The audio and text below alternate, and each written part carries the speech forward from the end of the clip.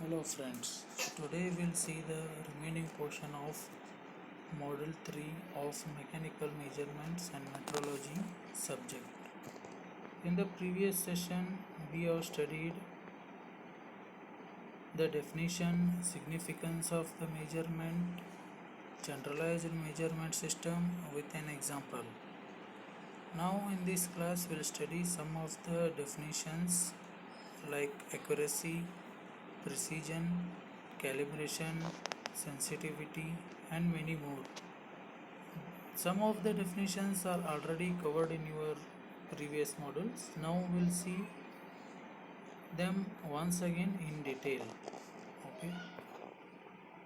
So these are the concepts which we have already studied in the previous session. Now we'll see the definitions one by one. First one is readability of the instrument. See, there are the definitions which are related to the measuring instruments. Now, what is the reading ability or readability of the instrument? It is nothing but it indicates the closeness with which the scale of the instrument may be read. For example, if you consider any scale having a larger range, say up to 30 centimeter or 60 centimeter, and if you compare between 30 centimeter and 60 centimeter, the 60 centimeter scale will give you the better reading ability compared to the 30 centimeter. Like that, if you compare 30 centimeter and 15 centimeter scale, the 30 centimeter scale will give you the better reading ability. So the reading ability of the instrument means how clearly it will give you the reading and how best or how quickly you can take the reading without much difficulty. That is called readability of the instrument. Next one is least count. You know this because you have conducted the practicals, you have used many instruments. You know the list count of the many measuring instruments. The definition is very simple. It is the smallest difference between two indicates that can be detected on the instrument scale. You know the least count of the vernier, least count of the micrometer, and least count of the tool maker's microscope, the angle gauge. You know the least count of the bevel protractor. Okay, so that is called a least count, which means the smallest difference between any two indications on the scale or the minimum reading that can be taken from the instrument. Next is the range. The range is nothing but it is the maximum and the minimum reading that can be obtained from the measuring scale or the measuring instrument. If you say the range of the micrometer is 0 to 25 mm, means up to 25 mm you can take the reading using the micrometer. Okay, beyond 25 mm it will not be possible to take the reading. That is the meaning of the range of the instrument. Now next important is sensitivity. See, sensitivity will be again in terms, it talks about the instrument ability, whether the instrument is sensible or it is not sensible. The definition is very simple. It is a ratio of change in the output in the sense, output of the instrument is nothing but it is a response of the instrument. It is the ratio of the change in the output of the instrument to the change in the input or the measured variable. For example, if you slightly vary the input reading, what will be the variation in the output reading? Whether the input variation will be detected by the measuring instrument or no. If it is detecting the small change in the input variation, then the instrument is said to be very sensitive. Okay. The example is given. Consider a pressure sensor that has a measurement range of 0 to 100 psi and an output range of 0 to 5 volt. Its sensitivity is 0.05 volt per psi. Okay, so it will be a sensitivity of sensitiveness of the instrument. Next is hysteresis. Again, this talks about the ability of the instrument, okay, whether it will exhibit the same reading or not. When you increase the reading, whether the same reading will be given when you decrease the reading. For example, if you consider a weighing machine, go on adding the 1 kg stone on the weighing machine. First you keep 1 kg, then you keep 2 kgs, 3 kgs, like this you go on reading, taking the reading of the measuring instrument or weighing machine reading. And next what you do, you start decreasing the load. Okay, start decreasing the load. For example, say from 10 mm you make it to 9, sorry, 10 kg you make it to 9 kg, 8 kgs, 7 kgs, like this you go on decreasing the reading. If it is not giving the same reading on both increasing and decreasing, then it will exhibit some kind of phenomena which is called as a hysteresis. The graph is shown in the, it's shown it on the screen. You can see it will be, the graph is drawn in between output and input, and when you increase the reading the curve is different, when you decrease the reading the curve is again different. So it is exhibiting the hysteresis, and it is again a ability, or it is again a property of measuring instrument. Next is accuracy and precision. We have already studied this in module number 1, what is accuracy and what is precision. See, the accuracy of any instrument is nothing but it is a degree of closeness to the true value. Okay, in other words, the measuring instrument indicates the deviation of the reading from the known input. Okay, and accuracy will be always, the accuracy of the instrument should be always good, so that you can get the reading easily, or you can get the reading correctly. And how to calculate the percentage error, the formula is given on the screen. You can just um, refer it later. And then what is the precision? See, again, understanding this precision is also important, because these are again, both accuracy and precision are interconnected. The precision is nothing but it is the ability of the instrument to reproduce a certain reading with a given accuracy. That word is very important. With a given accuracy, it has to reproduce the certain reading. It should not uh, it should not change the reading all the time. When you measure something using the same instrument, you should not give the different readings. It should reproduce the same values again and again with a given accuracy. The example is simple. If you are measuring voltage of if you are measuring the voltage of 100 volts and 5 readings are taken, say 104, 103, 105, 103, the readings are almost repeating. Okay, there is no much variation in the readings, then it is called, the instrument is called accurate as well as precise. Okay, now next one is, what is resolution or discrimination. Resolution is defined as the smallest increment of the input signal that a measuring system is capable of displaying.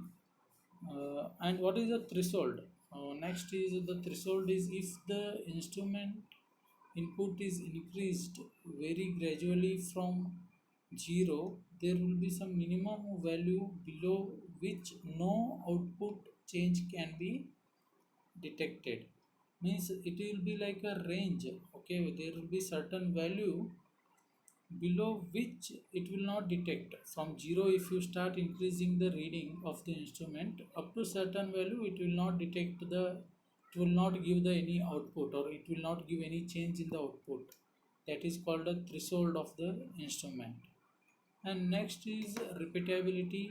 Just now we have seen the repeatability, or the definition of the precision. It is nothing but it is the ability of the measuring system to reproduce the output readings when the same input is applied. Okay, that is very important. When the same input is applied, it should reproduce the same output if you do the multiple times of reading. Okay, multiple times of measuring. Okay, so it will be like reproducing the same value. If it is reproducing the same value, then you call the instrument is having a quality of repeatability, or instrument is having a property called repeatability. And the graph is just drawn here just to illustrate repeatability, in the sense it should not be almost always same. If it is, if you are measuring 10 mm, if it is, it has to give 10 mm. It is not like that. If it is repeating the values, say 9 mm, then 10 mm, 9 mm, 10 mm is also considered as repeatability of the instrument. Okay, there will be certain ranges within which the value should be repeated, then it is called a repeatability. Okay, next is reproducibility. Again, the definition will be simple. It is a very important requirement in instruments, particularly where exact quality of control is desired.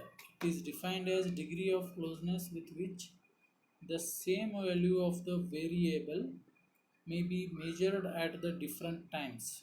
Okay, it is defined as degree of closeness with which the same value of the variable may be measured at the different times. Means when you measure something at different times, it should give the same reading.